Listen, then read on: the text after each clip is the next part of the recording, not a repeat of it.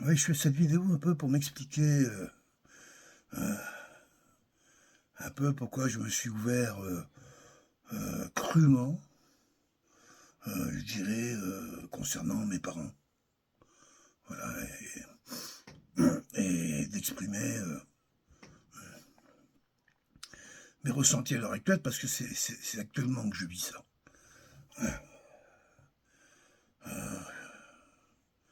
Alors, on vit dans...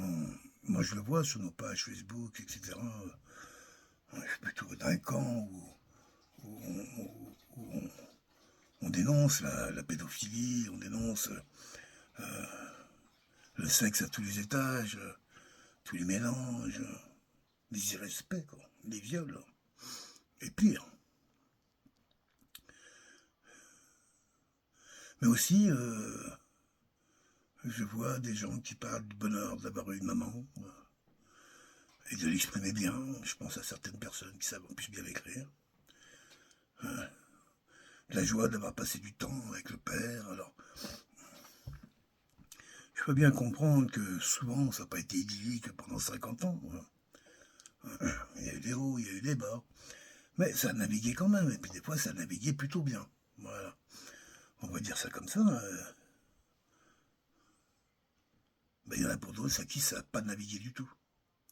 Un autre type de navire, voilà.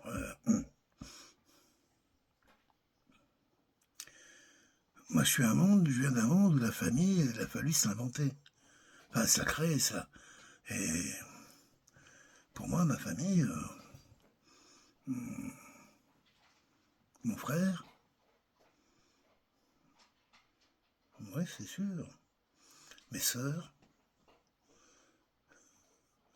plus tard, mon épouse, mes enfants, et puis, je dirais un peu, quelques amis qui étaient étaient le même âge, avaient des enfants, tout ça, et on sentait qu'on était un peu sur le même plan, mais bien sûr, j'avais une belle-mère, une dame plutôt stricte, pas spécialement intelligente, mais plutôt dévouée quand même, puisqu'elle a eu deux fils, donc mes ex-beaux-frères, qui doivent être encore vivants, et je crois un peu moins que mon âge, ils doivent être dans les 60 ans, quelque chose comme ça, et qui étaient atteints d'un problème génétique qui générait chez eux une incapacité complète à se prendre en charge dans tous les aspects de la vie.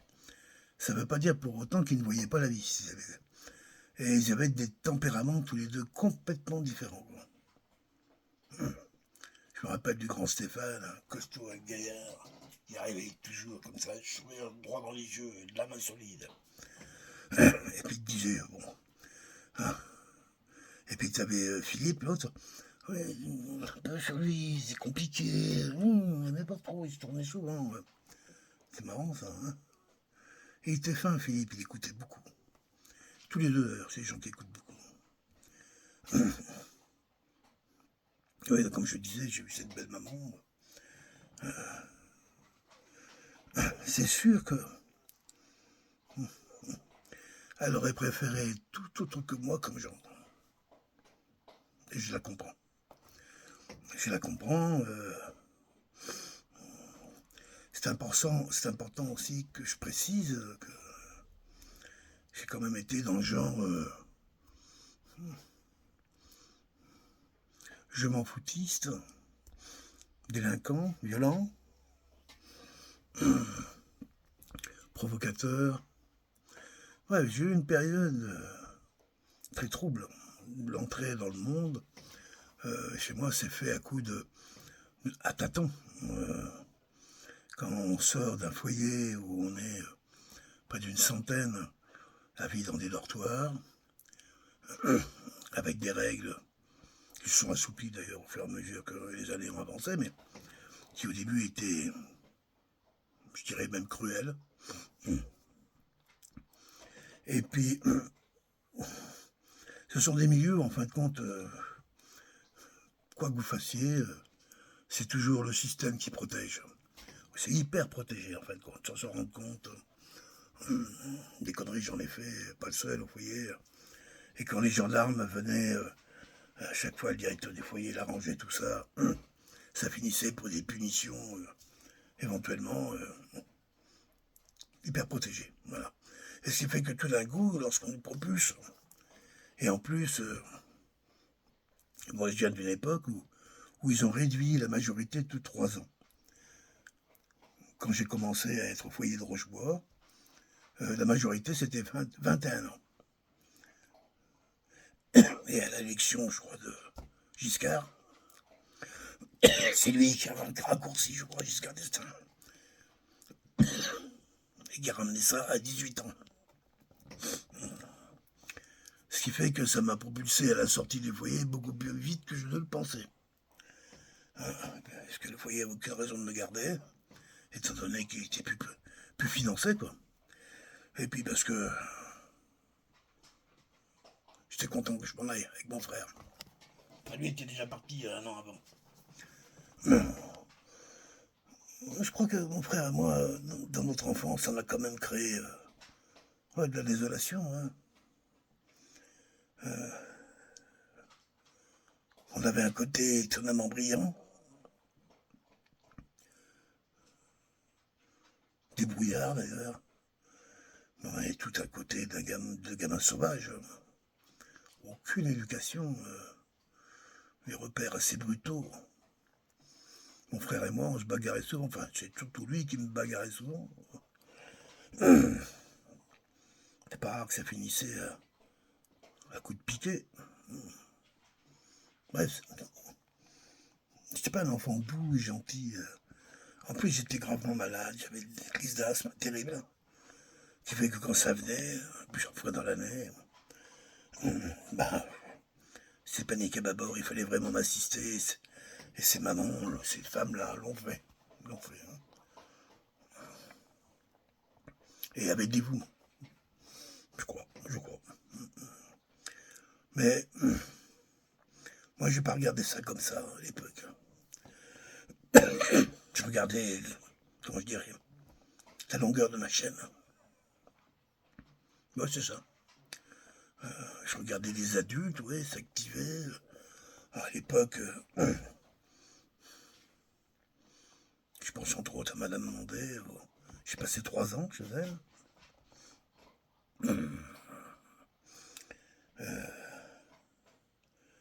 Comment je peux dire ça? Moi, les adultes, j'avais tendance à les regarder comme des gens qu'on peut berner. C'est ça. J'avais pas confiance en eux. Pas du tout.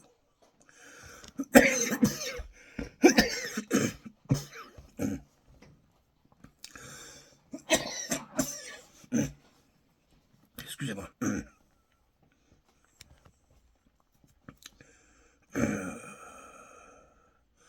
On essayait le monde. Moi, j'essayais le monde.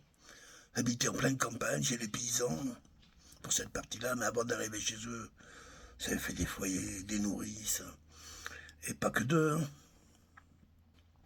Donc ça n'a pas arrêté. Dès que je suis né, tout de suite, accoucher la grand-mère, elle pouvait plus, renvoyer à la DAS, ils m'ont mis à la Membrol. Et à Membrol, c'est un foyer pour les tout petits, quoi. C'est marrant, je me rappelle de cette période. Je me rappelle de m'être perdu. Je me rappelle de ça, dans la grande salle. Puis à un moment, je suis arrivé là, il y avait un grand pote de télévision loin. Mon frère n'était pas avec moi, puisqu'il était séparé, il était chez les grands, il y a 2 ans de plus. Donc c'est dans un autre bâtiment. Je crois que c'est la première fois que j'ai prouvé, c'est ça, cette solitude complète, quoi. Disons tout ça pour dire que je me suis fabriqué ainsi, quoi. J'ai appris les règles, alors j'aurais pu me contenter effectivement d'écouter ce qu'on me disait et puis d'appliquer. J'ai une nature qui est pas faite ainsi. Et, j'ai expérimenté, et puis je voulais à tout prix voyager. Pour moi, c'était important de découvrir le monde, quoi. Et je crois que je l'ai fait, quoi. À ce titre-là, la vie m'a comblé, mais je me comprends que j'ai blessé beaucoup de gens. Ah, beaucoup. On n'est pas dans les milliers non plus, mais Je sais que j'ai blessé des gens. Je pense même qu'il y a des gens qui m'en veulent. Hein. Sûrement. Je peux être un être odieux, vraiment méchant. Ça m'est arrivé de choisir bien mes mots pour faire mal. Même si aujourd'hui je suis un peu loin de ça, mais la nature. Hein.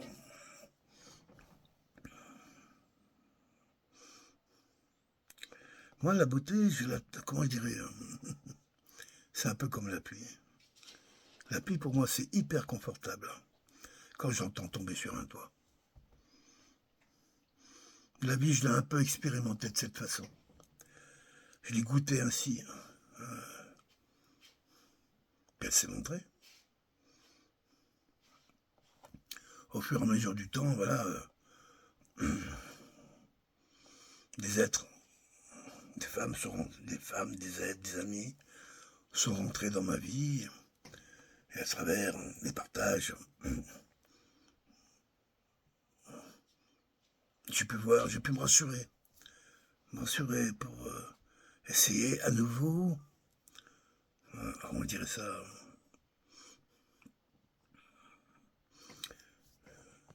écouter. C'est ça. Oui, je pourrais aller dans le détail, mais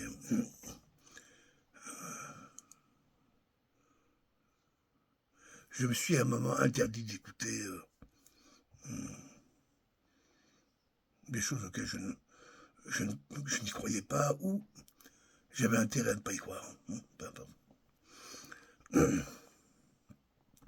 Donc, ceci fait, j'ai remis ça un peu dans le contexte.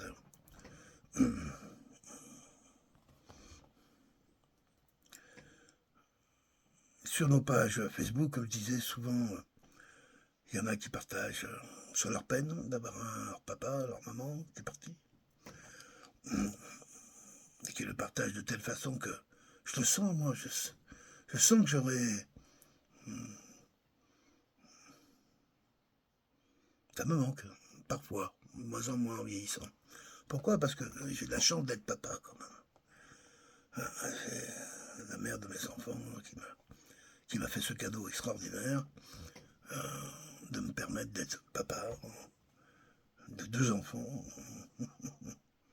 dont une, l'aînée, et maman elle-même de 3 enfants, 3 garçons.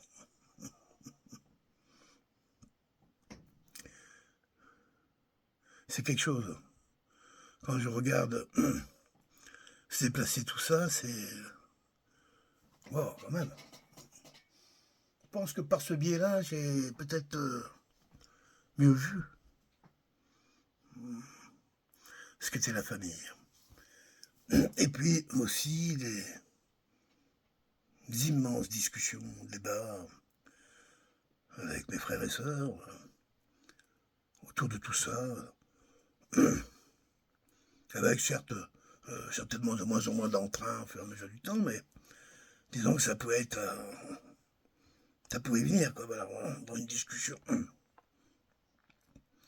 Moi j'ai eu des sœurs qui ont été entreprenantes beaucoup plus que moi, c'est évident. Mon frère aussi, même, bon bref. Et une de mes sœurs, l'aînée de mes sœurs, qui est ma sœur cadette, en fin de compte, qui est décédée il n'y a pas très longtemps.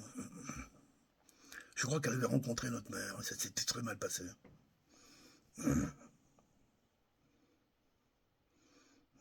Ou elle a rencontré un refus physique, je crois que ça s'est passé comme ça, et c'est comme ça qu'elle a vu les filles, je crois, de cette femme. Enfin bref, elle a essayé de... Elle avait besoin, mais je comprends, en tant que maman, elle était maman elle-même, c'est sûr que tu vois une autre mère qui n'était pas là, on dit c'est la tienne, c'est quoi le lien? C'est ça le truc. Quoi.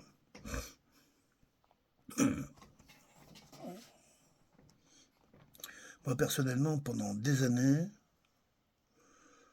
comment je peux dire ça, j'avais tendance à dédouaner un peu.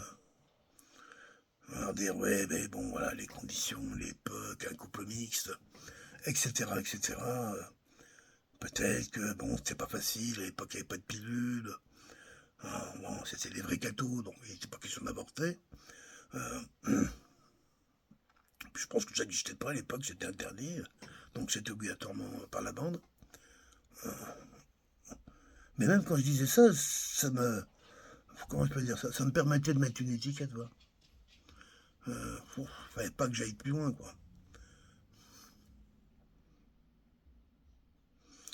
Et puis, je me suis enfin décidé à demander aux autorités de me verser mon dossier, qu'ils appellent ASE maintenant. J'ai vu quand même qu'ils ont fait des choix, des vrais choix. Il y a des périodes complètes qui manquent. Je trouvais que ça à charge, très à charge. Mais quand on le lit, on voit des parents infâmes. Mais vraiment. Et des gamins impossibles. Aussi. Voilà. C'est comme ça qu'ils ont voulu que je vois le dossier. J'avoue que ça m'a un peu réveillé. En même temps, c'est pas plus facile de sortir juste des conclusions d'un éducateur ou d'un directeur de machin, un truc qui dit, voilà, malgré les résultats scolaires de bonne qualité de l'enfant, son comportement, et peut-être...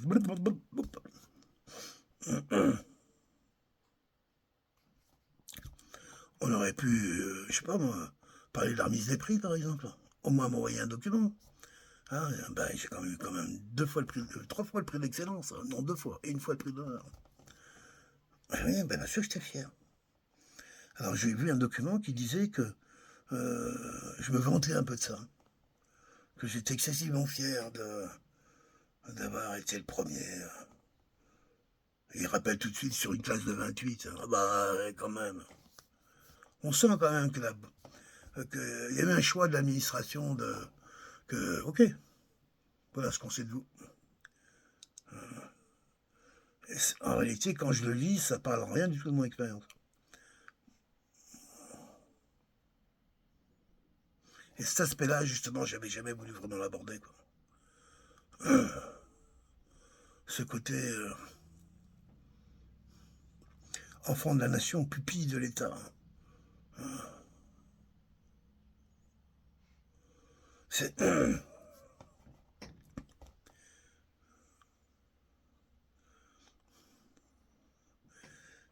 J'ai vécu, je pense, dans mon enfance, dans des conditions que j'étais certainement supérieures à beaucoup de gens. Bah, j'ai manqué de rien pour l'époque qu'on était, quoi, on va dire.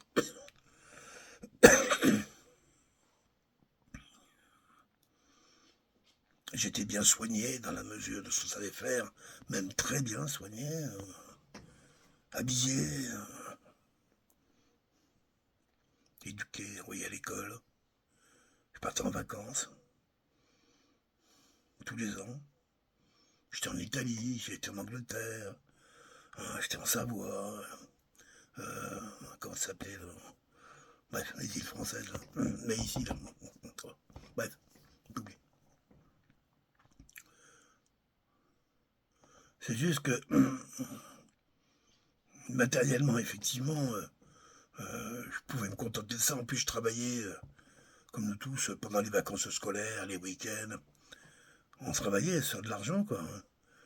Tous, presque tous. Pour donner une idée, comme ça, moi, je travaillais dans les restaurants. J'ai fait 3 saisons de suite, quoi, dans 2 restaurants différents. Gagnais 500 francs à l'époque, 500 francs par mois.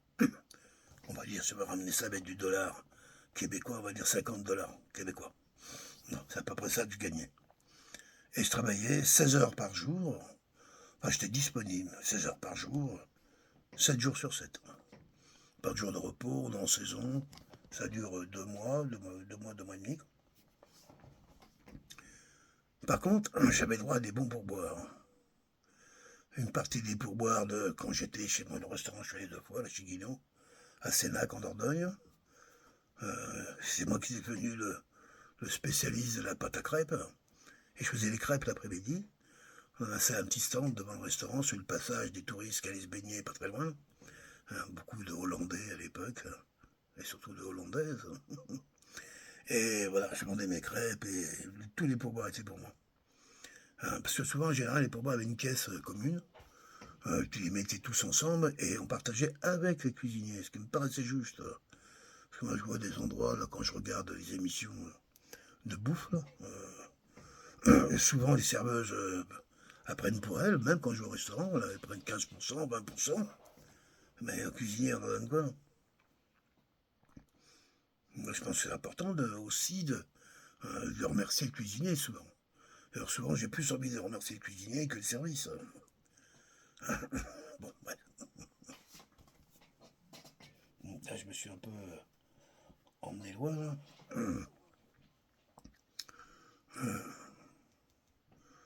Ouais, je parlais du foyer, j'en étais... Je sais plus trop où je m'étais arrêté là-dessus, c'est juste que... Pour essayer d'expliquer un peu plus qui je suis, quoi. Et je suis pas unique, hein. On est nombreux dans mon cas. S'être perdu et puis retrouver autrement. Mais quand tu passes du foyer et puis tu te retrouves du jour au lendemain dans la vie tous les jours, pas abandonné parce que le système non, nous prenait en charge tant qu'on y était, ils étaient là quand même. Hein. Payer nos chambres. Moi j'étais chez les, voyez, les jeunes travailleurs à Tours. Moi j'aimais bien, c'était sympa, quoi. En plein centre-ville, à côté de la cathédrale. Ouais, c'est cool. Belle chambre, vraiment chambre sympathique, grande, propre. Je crois que ça devait être ma première chambre, je crois. Je n'avais pas eu de chambre avant dans ma vie. Si, chez Madame Mandé avec mon frère, on dormait dans la même chambre, dans un grand lit, pas un grand lit, un petit lit plutôt. Hein, valait mieux, d'ailleurs la chambre était petite, et même quand l'hiver il faisait froid, il y avait de la glace sur les carreaux. Mais jamais froid là. Madame Mandé elle venait souvent chauffer les draps avec des briques qu'elle avait enveloppées dans du papier journal. Ouais. Tout ça, c'est des petits instants qui marquent la vie, ça. Ah, j'ai pas été privé de bonnes intentions, complètement, c'est pas vrai. Hein. C'est juste que tout est arrivé décousu, quoi. Il n'y a pas un fil qui tient la route. Au début, dans les bras, il n'y a personne qui arrive. Au moment où tu veux plus trop l'étendre, il y a les autres qui les ouvrent. C'est tout un rituel de communication à faire avec l'autre. Parce que les premiers liens n'ont pas été faits du tout. Du tout. Dans ce qu'on a vécu, c'est de la violence, de la peur. Les 4 premières années, ouais, c'est ça. Hein. Et les 3 premières années surtout, quoi. Et si là, ça nous a récupérés, c'est qu'à un moment, de toute façon, il y avait danger. Hein. Sans vouloir parler de ça, ce que veut dire quand t'es un être humain qui essaye de respirer, de prendre pied sur cette planète, là, avec un bébé, un petit enfant, quand les choses normales qui devraient, comment je dirais, t'aider à te mettre debout, à respirer, pas pour rien, je suis asthmatique. Hein. Quand elles sont pas là, ces choses-là, t'apprends autrement. T'apprends à composer avec ton manque, ta crainte, ton agressivité, ta colère. Là, quoi.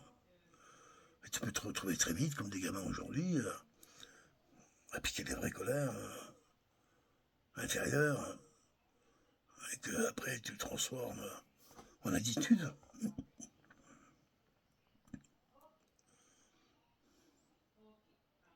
Je ne veux pas me dédouaner ni m'excuser.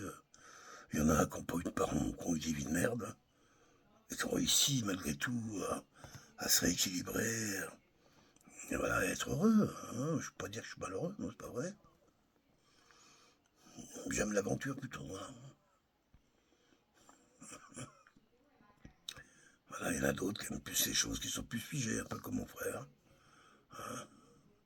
C'est marrant parce que quand même, il a acheté sa maison, il l'a acheté, il y a quoi, 6 kilomètres de chez ma grand-mère où il a été élevé les premières années de sa vie. Hein. Il avait quand même de la pelle, hein. Lui, il est resté, voilà, c'est son tempérament. Moi, je voulais voyager. Oui, c'est ça. Voir si la Terre est vraiment ronde. Et qui habite de l'autre côté. Et je l'ai fait.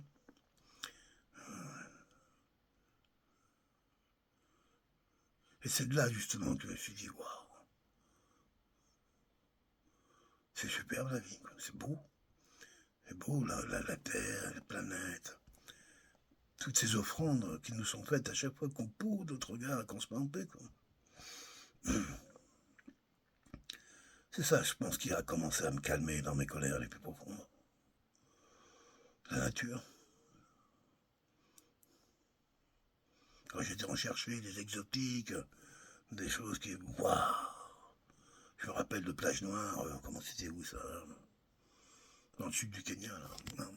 Bref, Mombasa. On va emmener, il va y avoir tout un truc, ça, c'est... Bon, c'est extraordinaire, hein. Le sable était noir.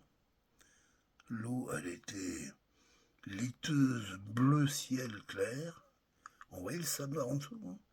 Et tu avais toute une frange de cocotiers, des grands en plus, avec au pied des bananiers, choses comme ça, qui venaient juste ourler la plage, quoi. Je suis tout seul, là, ça.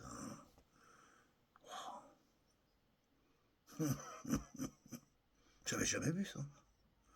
Bah, avant, petit paysan de Touraine, j'en ai vu des merveilles, mais c'est pas celle-ci, quoi. Hein.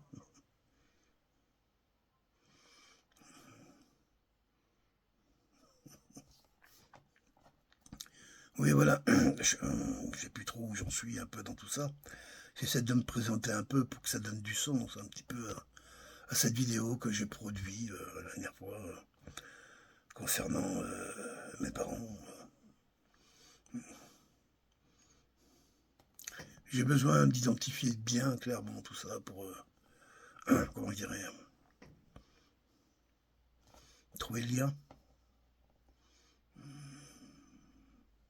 Parce que j'avoue, je l'ai perdu.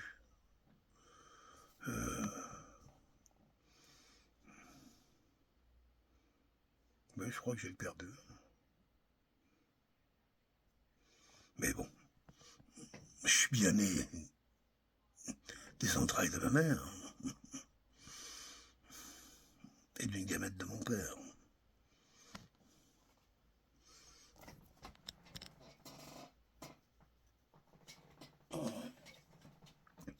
Voilà, j'espère que je vais pas une trop mauvaise image, parce que c'est vrai, effectivement, je montre le côté un peu rude du bonhomme. Mais bon, je suppose que si vous me regardez et puis que vous appréciez ce que je fais, c'est que vous m'aimez sur d'autres aspects, quand même. Je ne suis pas que ça, c'est tout à fait évident. Je commence à rentrer, voilà, comme je dis, là, je commence à regarder un petit peu qui arrive bientôt, là. Pas tout de suite, mais quand même. C'est 70 ans, quoi. Ça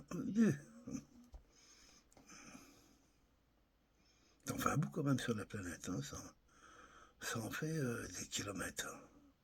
Ça en fait des boules qui tournent. Ouais.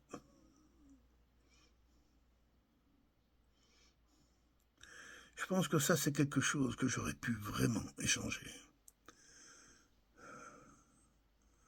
avec mes parents. On aurait pu aller là. Faire appeler le beau de la nature, le beau du naturel, qui ne ment jamais, qui ne se riche pas, qui paraît pas. L'arbre, tu regardes, il ne s'embrouille pas, du tout. Par contre, tu peux t'embrouiller en le voyant. Ça dépend comment tu regardes. Voilà. Il y a des arbres qui m'ont rendu triste, c'est vrai, c'est vrai. Puis il y en a d'autres, j'ai senti leur, comment je dirais, leur présence, leur force.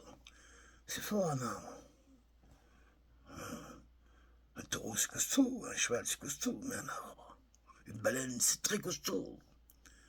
Mais un arbre, c'est énormément fort. C'est puissant, c'est une vitalité. C'est l'antenne de la Terre, hein. Comme ça qu'elle communique avec l'atmosphère. Pas nos beaux amis les arbres. Mais ils nous racontent jamais d'histoire. C'est nous qui la faisons. Et il nous permet, en fonction de notre état d'être, d'en créer, d'en co-créer des histoires. C'est ça, disons. C'est l'histoire.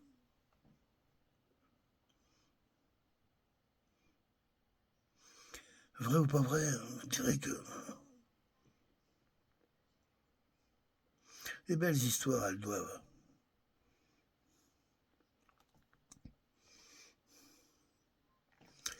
porter la vérité en elles.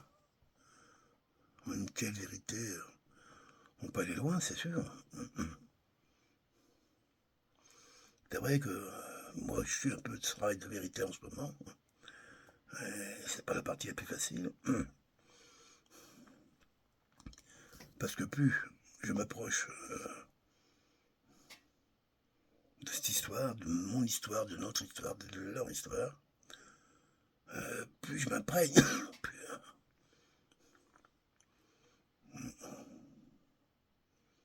je participe, quoi. Je pourrais pas me dire, ouais, laisse tomber, c'est vieux, c'est les histoires. Non, c'est pas vieux, c'est là, c'est présent, c'est aujourd'hui.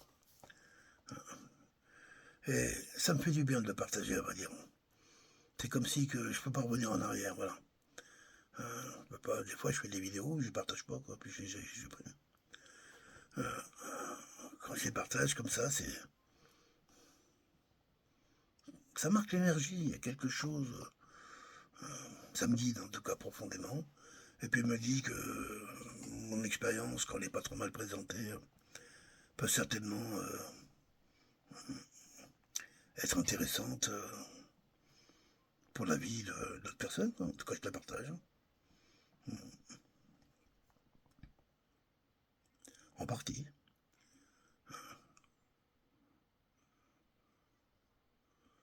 Il y a une chose que je partage pas, c'est l'intimité. C'est vrai.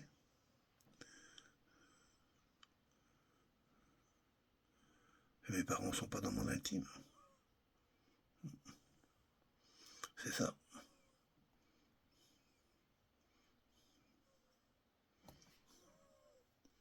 Quand je parle d'intimité, je parle pas de kékette, ou de foufou, non. Ce que je partage qu'avec elle, mon épouse, avec personne d'autre. Ces plans qui sont à nous, et qui pourront jamais se reproduire avec quelqu'un d'autre. Il y en aura d'autres, mais voilà, c'est ça que j'appelle l'intimité. Hein.